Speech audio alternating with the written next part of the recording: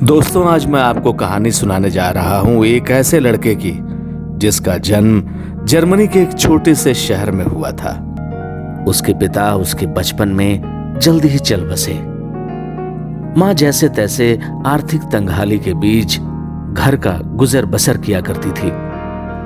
लड़का स्कूल तो जाता, लेकिन अक्सर अन्य बच्चों से दूर चुपचाप बैठा रहता था। एक दिन उसके टीचर ने उसे एक चिट्ठी देते हुए कहा कि तुम इसे अपनी मां को दे देना। बच्चे ने घर पहुंचते ही जोर से आवाज लगाई, मां तुम कहां हो? ये देखो, मेरे क्लास टीचर ने तुम्हें एक चिट्ठी दी है। उस चिट्ठी को पढ़कर उस लड़के की मां मुस्कुराने लगी। बच्चे ने तपाक से सवाल किया, मां इस चिट्ठी में क्या लिखा है? अक्सर बच्चे ऐसे ही सवाल पूछ देते हैं। मां ने कहा, बेटे इसमें लिखा है कि आपका बेटा क्लास में सबसे होशियार है। हमारे पास ऐसे टीचर्स नहीं हैं जो आपके बच्चे को पढ़ा सकें, इसलिए आप इसका एडमिशन किसी और स्कूल में करवा दीजिए।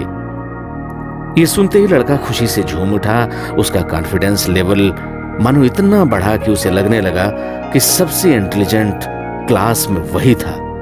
वो मन ही मन ये सोचकर कि उसके पास कुछ खास है, खुशी से झूम उठा, नाचने गाने लगा। फिर क्या था, मां से जिद करके अगले ही दिन उसने अपना एडमिशन एक नए स्कूल में करवा लिया।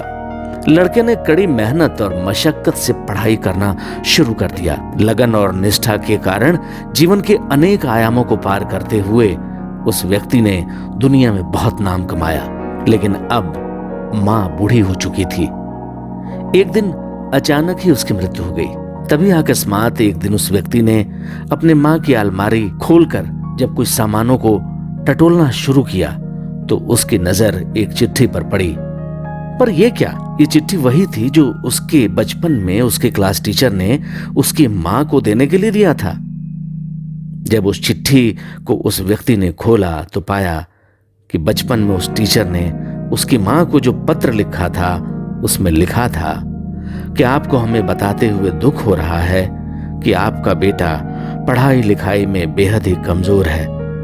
इसकी उम्र तो बढ़ रही है, लेकिन इसकी बुद्धि का विकास नहीं हो रहा है, इसलिए हम इसे स्कूल से निकाल रहे हैं। आप इसका एडमिशन किसी दूसरे स्कूल में करवा दीजिए अथवा इसे अपने घर में ही पढ़ाइए। ये पढ़ते ही उस व्यक्ति की आंखों में पानी भर आया। सोचने लगा कि टीचर चिट्ठी में मुझे स्कूल से निकालने की बात कर रहा है, परंतु कमाल है कि फिर भी मेरी मां ने मेरे लिए मुस्कुराकर गम के उस घूंट को पिया और उसने मेरा एडमिशन अगले ही दिन एक नए स्कूल में करवा दिया। उसने मेरे अंदर हमेशा ही पॉजिटिव एनर्जी का संचार किया। मेरी इस कमी का जिक्र उसने जीवन भर नहीं किया। आज मेरी मां वो शक्ति नहीं देती तो शायद मैं वो नहीं होता जो मैं आज हूं। दोस्तों, आप जानते हैं कि वो कोई और नहीं बल्कि दुनिया के महान वैज्ञानिक नोबेल पुरस्कार विजेता अल्बर्ट आइंस्टीन थे। अल्बर्ट आइंस्टीन के बारे में बच्चे अक्सर जानते हैं कि वो कितने बड़े वैज्ञानिक थे, लेकिन एक बात बच्चों आपको यह भी जानना होगा कि वो इतने बड़े इसलिए बने क्योंकि उन्होंने मान लिया कि वो खास हैं, अन्य से कुछ विशेष हैं। हम अपने बारे में क्या सोचते हैं यह जिंदगी में बहुत मायने रखता है। अपने बारे में हमेशा पॉजिटिव सोचें, सफलता आपके कदम चूमेगी। महान वैज्ञानिक बनने के बाद अल्बर्ट आइंस्टीन से एक बार कुछ लोगों ने सवाल किया कि आप इतने महान वैज्ञानिक कैसे बने, तो अल्बर्ट आइंस्टीन ने बड़ी सहजता से कहा, इसके पीछे एक ही कारण है, कार्य के प्रति सच्ची लगन और निष्ठा। हां, यहां एक बात मैं सभी माता पिता एवं अभिभावकों से बड़ी विनम्रता से कहना चाहता हूं कि बच्चों पर हद से ज्यादा दबाव न डालें, क्योंकि कोई बच्चा असफल नहीं होना चाहता है। हर बच्चा जीवन में सफल होना चाहता है। किसी दूसरे बच्चे से कई बार की गई उसकी तुलना उसे हीन भावना पैदा करने के लिए बाध्य कर देती है। मैं आपसे निवेदन करूंगा कि आप उनके पथ प्रदर्शक बनकर तो देखिए, वे अपना मार्ग स्वयं प्रशस्त कर लेंगे। लेकिन प्यारे बच्चों, आपको भी जानना होगा कि as success is part of life, failure is also a part of life. सफलता के साथ ही असफलता का भी जीवन में कई बार सामना करना पड़ता है। यानी यदि आप सफल हैं तो भी ऐसा न सोचें कि असफलता आपके जीवन में नहीं आएगी। लेकिन रोक सका है उसे कौन, जिसने बस आगे बढ़ना ही सीखा।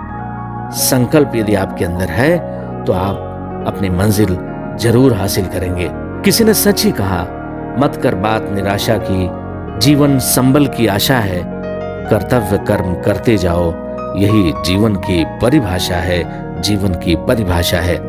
दोस्तों, यदि ये कहानी पसंद आए तो इसे लाइक, सब्सक्राइब और शेयर करना मत भूलिएगा।